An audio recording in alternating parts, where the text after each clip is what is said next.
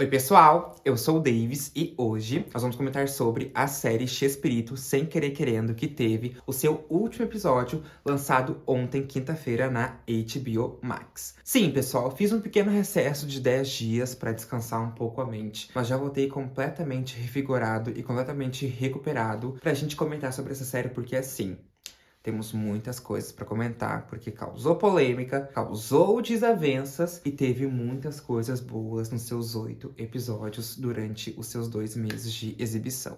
Mas enfim, roda a vinheta porque hoje nós temos mas muitas coisas para comentar sobre essa série incrível, maravilhosa e que não precisava ter pesado tanto a mão como pesou Chespirito Sem Querer Querendo.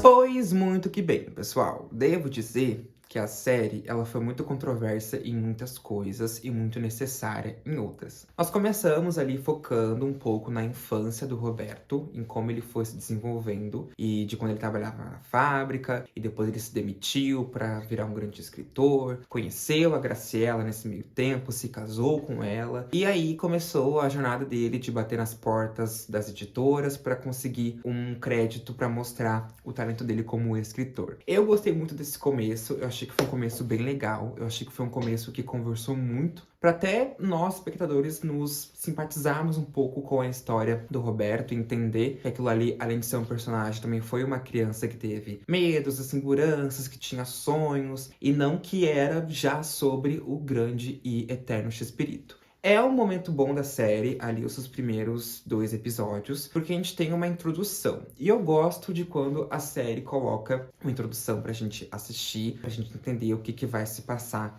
pelos demais episódios. Porque assim, quem assistiu sabe que durante os 6 episódios restantes foi só ladeira abaixo. Não porque a série foi ruim, tá? Não é isso. Mas é porque teve tantas polêmicas, gente, que assim, eu acompanhava, né, os feeds das redes sociais e eu via o quanto até os próprios criadores de conteúdo de séries e filmes, eles iam fazendo tantas coisas, tantas menções, que eu falava, meu Deus do céu, sim, pode ser não. Provavelmente isso aí aconteceu. E a série ela vai focando muito no episódio de Acapulco, que foi o episódio mais famoso de Chaves. Só que, na minha opinião, eles focaram negativamente. Por quê? Não foi um episódio só, não foi uma cena só. Foram, acho que, 5 episódios divididos ali, né? As cenas focando sobre Acapulco e mostrando cenas dos bastidores, entende? Tudo que acontecia quando os personagens estavam descaracterizados dos seus personagens. E assim, me deixou uma experiência muito negativa. Estranha, pra falar a verdade, porque, claro, eu entendo que é uma ficção, eu entendo que muitas coisas ali podem não ter acontecido, mas assim, gente, precisamos falar que o elenco é muito parecido com as pessoas reais.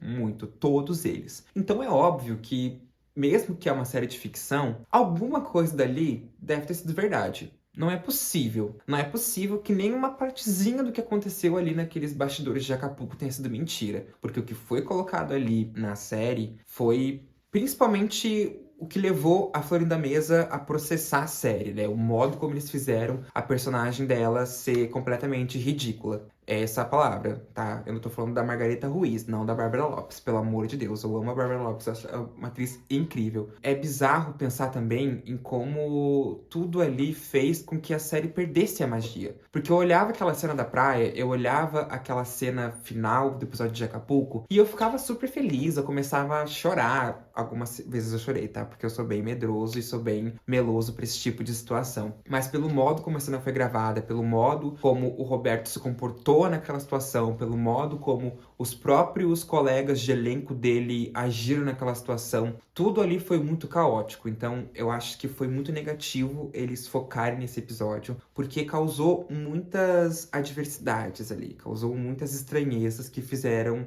eu, pelo menos, perder um pouco da magia do episódio, perder um pouco do interesse também pelo episódio. Não barrou a minha experiência que eu tive com a série do Chaves, que eu cresci vendo, assim como o resto do mundo, obviamente. Mas algumas coisas na série eu senti que não precisavam ter colocado, sabe? Eu acho que foi demais. Eles pesaram muito a mão, tanto que eu acho que É bem inconveniente, porque a série foi escrita pelos filhos do Roberto Gomes Bolanhos, a Paulina e o Roberto, e eles odeiam a Florinda, gente. Não tem outra explicação, entende? Porque os outros personagens eles foram muito fiéis às histórias originais, que foram apresentadas em entrevistas, em matérias de jornal, em documentários, enfim. E só com a Margarita Ruiz eles pesaram a mão e fizeram ela ser a vilã da série. Porque eu, na minha concepção, o vilão pra mim seria o Kiko. Tá? De primeiro momento, porque a gente sabe que ele teve um grande embate com o Roberto Bolanhos por conta do Kiko. A Maria Antonieta também teve, mas na série ela foi retratada muito sutilmente, uma amiga muito próxima do Roberto. E a Margareta Ruiz, eu não esperava que ela fosse retratada dessa forma, porque a Florinda Mesa, ela foi casada com o Roberto até ele falecer em 2014. E a Graciela, se não me engano, faleceu em 2013. Então, eu sentia que pelo menos os outros produtores fossem tratar a Margarita como uma personagem que, sim, eu sei que eles tiveram um caso quando ele era casado com a Graciela, mas assim, eu nem imaginava que eles fossem acabar com a personagem, porque, gente, se vocês verem, quem já viu os episódios sabe, a Margareta Ruiz é retratada como uma mulher que não tinha personalidade, que não tinha vontades próprias e que só queria a todo custo tirar o Roberto da Graciela, fazer ele se apaixonar por ela, que foi o que aconteceu até o final da temporada. Então, assim, pra mim, foi uma série que algumas coisas foram incríveis. Nossa, eu amei os bastidores de Acapulco, apesar de achar demais, eu amei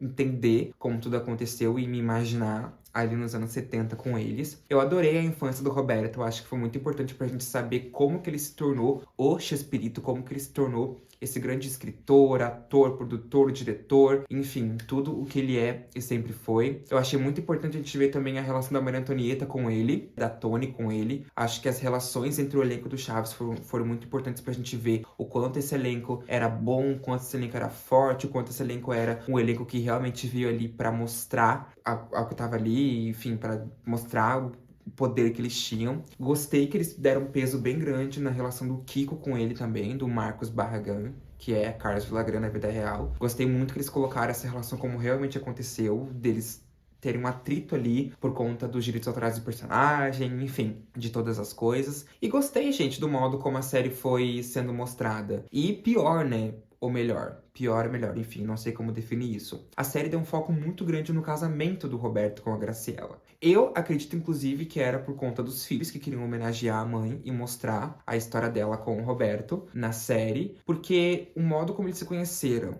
o modo como eles se amaram, tiveram seus 6 filhos, e o modo como o casamento foi se desgastando ao tempo, eu acho que mostra muito que o Roberto não era aquele santo que a gente imaginava. Porque toda a culpa do fim do casamento dele com a Graciela caiu sobre a Margarita. Mas eu acho que, assim, o Roberto também saía com outras mulheres casado com a Graciela. E isso está em matérias de jornal, em matérias aqui das redes sociais. Inclusive, se você quiser ver, tem um monte delas aí pelo Google e afins. Então eu acho que, além deles quererem homenagear a mãe, eles quiseram sim colocar um pouquinho de culpa na Margarita Ruiz, que é a personagem da Bárbara Lopes, que é a Florinda Mesa na vida real. Então, gente, uma consideração final é que, assim, a série foi boa, tá? Não vou dizer que a série foi ruim. Eu amei assistir cada episódio. A cada semana, a cada história que aparecia foi muito incrível. Mas em alguns pontos ali pecou um pouco. Eu acho que eles realmente pesaram muito a mão.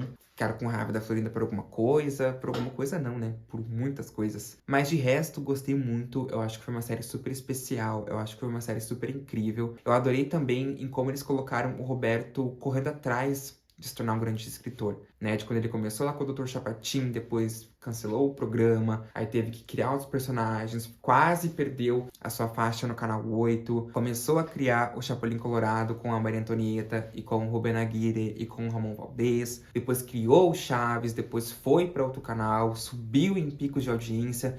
Então, muitas partes da vida do Roberto foram colocadas na série, em 8 episódios. Isso eu achei incrível. Não eram episódios que tinha uma história só em cada um. Eu acho que eram episódios que, ao mesmo tempo que eram tão longos, eram tão curtos, porque passava muito rápido. Meu Deus, parecia que tinha 10 minutos cada episódio. E eu gostei também do modo em como eles homenagearam o Roberto, homenagearam a Angelines, homenagearam o Ramon, o Ruben, todos os atores que já faleceram da turma do Chaves e que deixaram sua marca, seu legado aqui no mundo. E é isso, gente. O último episódio foi muito especial. O 7 também foi bem complicado, porque o 7, no caso, era o último dia do Acapulco ali, né? Dos bastidores. E o modo como eles colocaram ali a Margarita e o Roberto pra conversar e ter aquela conversa.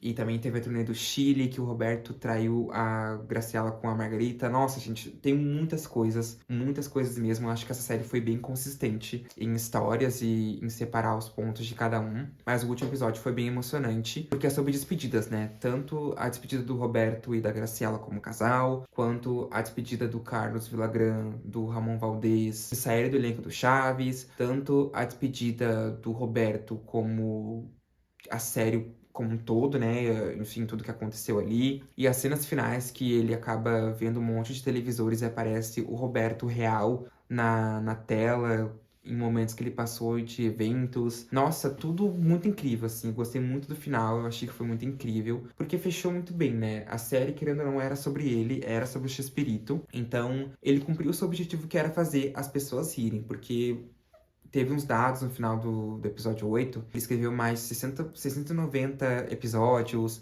Milhões de pessoas foram aos seus eventos pessoais, quer dizer, aos seus eventos ao vivo. Então, muitos dados, muitas coisas foram incríveis. E, gente, que série bombástica. E apesar das tretas, apesar das desavenças, de tudo que rolou, não tira a magia da série, não tira a magia de tudo que eu vi, tudo que eu presenciei. Porque, assim, foi incrível, sabe? Foi especial demais, foi perfeito. E, ai, tomara que tenha uma segunda temporada.